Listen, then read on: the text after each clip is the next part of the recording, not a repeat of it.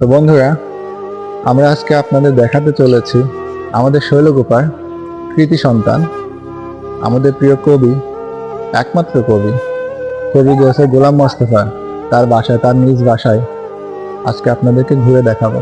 তো বন্ধুরা, আসুন দেখতে থাকুন।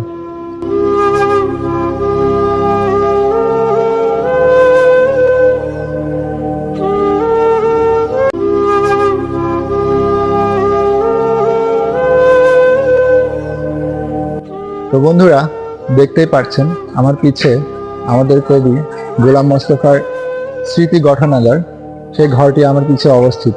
আসুন সেই ঘরটি আপনাদেরকে এখন দেখাবো।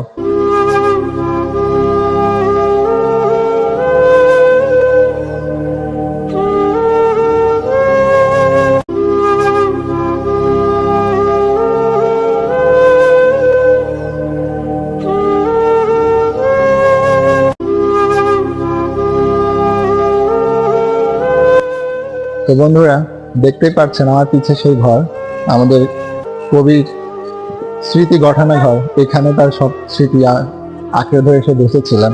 ও দেখতে থাকেন।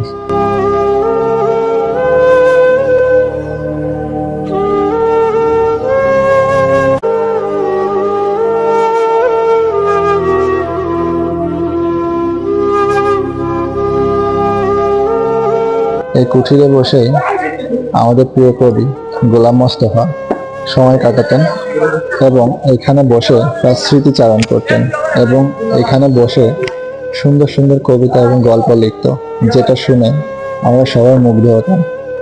তো বন্ধুরা, আজ এই পর্যন্ত। ধন্যবাদ।